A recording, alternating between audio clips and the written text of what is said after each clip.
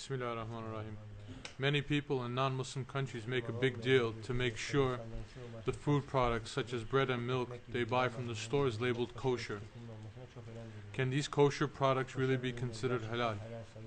And is this a situation where eating something that is kosher is better than something that is non-kosher? Bismillahirrahmanirrahim. Holy Prophet ﷺ had said, you can eat with the Jews and you may sleep in a Christian's house. There's so many secrets to that. We're not going to enter that too much now. Just that it is allowed now for us to eat what the Bani Israel, the Jews, they are eating. That is allowed. If there is halal food, then halal is better, of course.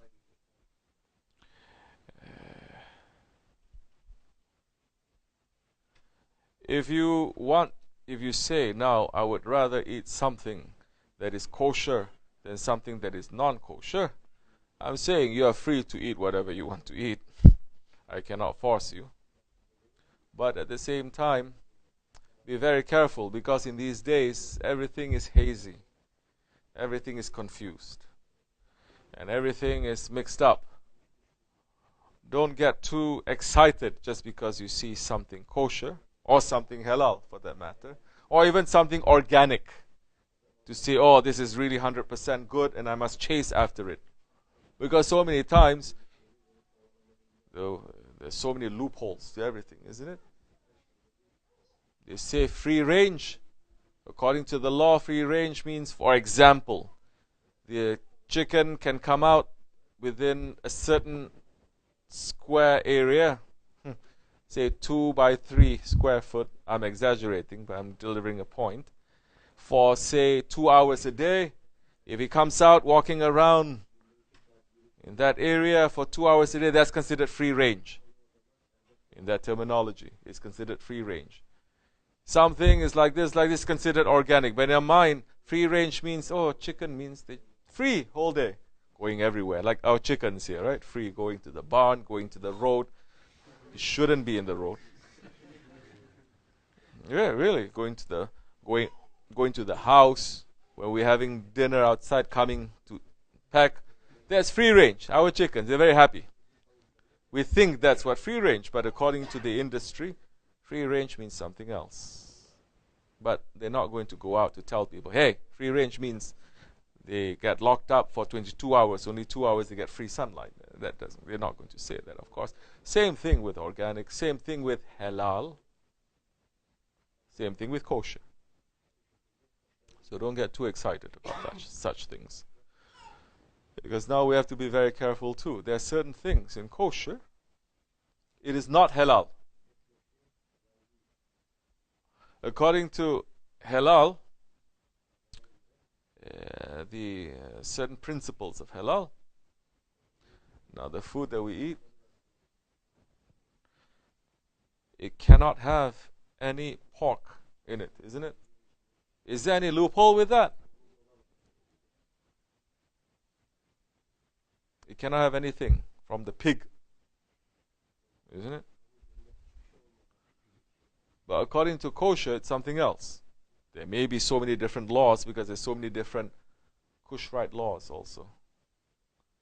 Ultra-Orthodox is something else, Orthodox is something else, kosher, so many, like the industry. Free range means something else, organic means something else, natural means something else, halal means something else. But according to the Kushrite laws, even something, because Jews, they don't eat pigs, correct? That is open. They don't eat pork. Good. But according to their law, if a certain pork product, for example, oil, lard, goes through a certain temperature, chemically something happens, they say, and it makes that lard now to become kosher. It is still lard, but it becomes kosher. And there's so many imams also agreeing to this, jumping on, say, yeah, that's right, because it goes this and it becomes. So we have to be very careful with that. Am I recommending that you eat kosher instead of non-kosher food? I'm not recommending you anything. I'm saying be smart. If you think that product there is what it says it is, and it is good for you, eat it. If you think that product there is hiding something from you, and is not good for you, there is a doubt, stay away from it. Because now, so many Muslim butchers also, they're saying it is halal. But halal doesn't mean now just to take a knife and to run through the animal and to say, Bismillahi Allahu Akbar. That is not halal. That's not the beginning or the end of the halal. Like we've said so many times, even during the Qurban, Zabiha, for Qurban, for the sacrifice of the Eid, so many butchers, they don't even have wudu. And they're making the Qurban, they have cigarette in their mouth, blood is everywhere. Animal, they cut with a very blunt knife, is not fully finished cutting, blood not coming out. They snap the neck, isn't it? That is not halal. So now there's so many other laws now attached to that. Come to the Osmali Dergah, we eat halal, alhamdulillah. But for you to get fully this benefit, you also have to change your lifestyle a little bit. So, do I recommend that you eat kosher? I recommend that you eat clean. In the event that you cannot eat something clean, because kosher is also very expensive, by the way. It costs, I think, 4 times more. You have to know that. Even I have some Jewish friends, sometimes, years ago, they're saying, yeah, it's very hard on our pocket too. Yeah. Yeah. So, I recommend that you eat clean. Make sure that the animal there, or the produce there, it is beneficial for you.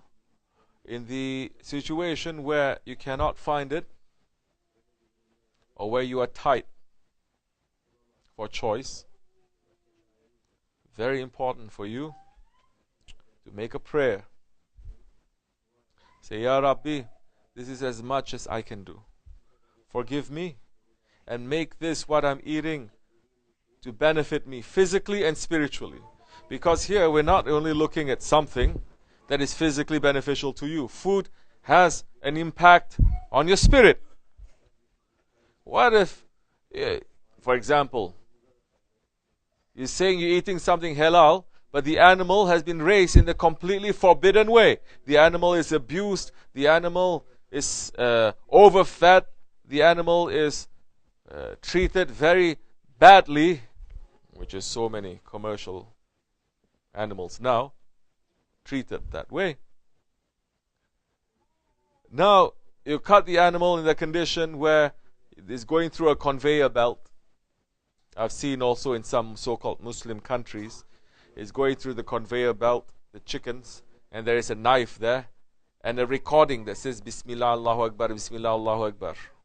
And the animal is just going like this. And some of them didn't even cut, and immediately they're thrown into the scalding hot water to be plucked alive, but it's halal, stamped halal there. Now you will eat it, but the animal has rights too. The animal is going to ask for its rights. The animal is created for us to eat, that animal, for instance, but is not created for us to treat it cruelly. And will ask for its rights on the Day of Judgment. That time when you eat that animal, you think is not going to have any effect on your spirit? Yes, it does. You're not going to become better. You're going to become worse. You're going to have a love for cruelty. You're going to have a love for dunya, because the food also comes with it certain things. isn't it? That's why certain products that we are not recommending people to eat too, or to drink, because there are certain things that are there. Maybe people with bad intentions, they made it and they put a prayer there. Say, oh, coincidence. There's nothing coincidental. There's no such thing as coincidence in Islam. So maybe there are prayers being said over the food, intentionally or unintentionally. Here we're talking about intentions coming from the heart, whether you're doing it consciously or not. Then that goes into the food and you eat it, and now it starts changing your spirit. You become more cruel. You have more love for the dunya. You love capitalism. All wrong things. So many things now. So we have to be careful now. It's not labels that we're looking at. Find a good, clean, humane way. Products, produce, animals and vegetables, whatever for you to eat. If you cannot, ask Allah to protect you, to forgive you. Recite Bismillahir Rahmanir Rahim 21 times over that product that you buy from the supermarket. Awliya Allah can take care of the rest. But of course, I'm not recommending you buy something haram. That's not what I'm saying. That's as much as we can, inshallah. Assalamu alaikum. Then halal is better, of course.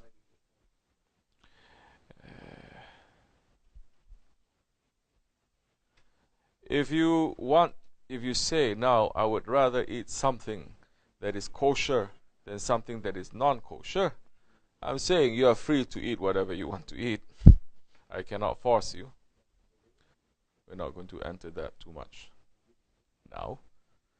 Just that it is allowed now for us to eat what the Ben Israel, the Jews, they are eating. That is allowed.